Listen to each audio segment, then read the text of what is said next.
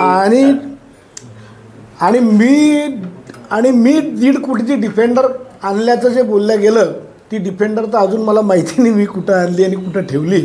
पण आज बुलढाण्यात एक डिफेंडर आलेली आहे एका कॉन्ट्रॅक्टरच्या नावावर, आज दाखल झाली आहे. ती डिफेंडर कोणाची आहे आणि कोणत्या कॉन्ट्रॅक्टच्या बाबतीमध्ये ते कमिशन कोणाला मिळालं आहे याचा शोध पत्रकारांनी घ्यावा. मुख्यमंत्र्यांनी चौकशी करावी काय? नाही, मुख्यमंत्र्यांचा पाचचा विषय नाही हा. मुख्यमंत्र्यांच्या महाराष्ट्राचे कामं पडले हे तर इथलाच आपला PIB करू शकतो.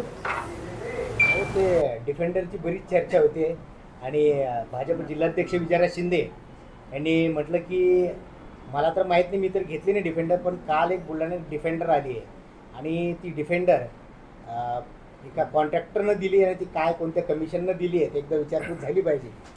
ज्यांनी आरोप केला, पहिली गोष्ट तर त्यांनी काय हरामाचं कमवून ठेवलं हे कोणाला सांगायची गरज नाही, मी त्याला काही उत्तर देत नाही. पण तो जी गाडी आहे ते निलेश ढवळे हा कंत्राटदाराच्या आधी माझा नातेवाईक आहे आणि माझ्या पक्षाचा कार्यकर्ता आहे आणि 1.5 कोटी रुपयाचं कर्ज त्यांनी त्याच्यावर काढलेलं आहे. आणि जी गाडी त्यांनी आधी आम्हाला म्हणजे त्याने लेजेंडर गाडी होती ती गाडी विकली आणि त्याचं डाऊन पेमेंट घेऊन म्हणजे 100% कर्जावर त्याची ती गाडी आहे. त्याच्यात काय चर्चा करायचं किंवा आरोप कौतुक करायचा विषय आहे? त्या गाडीवर MLAचा सिम्बॉल पण टाकलेला आहे. MLAचा सिम्बॉल माझ्या अनेक कार्यकर्त्यांनी टाकलेत.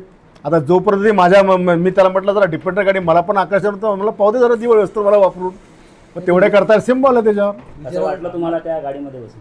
असं काय नाही, सगळ्या गाड्या सारख्याच आहेत, काय फरक नाही. विजयराज म्हणतात की कोणत्या कमिशनमध्ये गाडी आहे? त्या कुत्र्याला काय उत्तर द्यायची गरज नाही मला.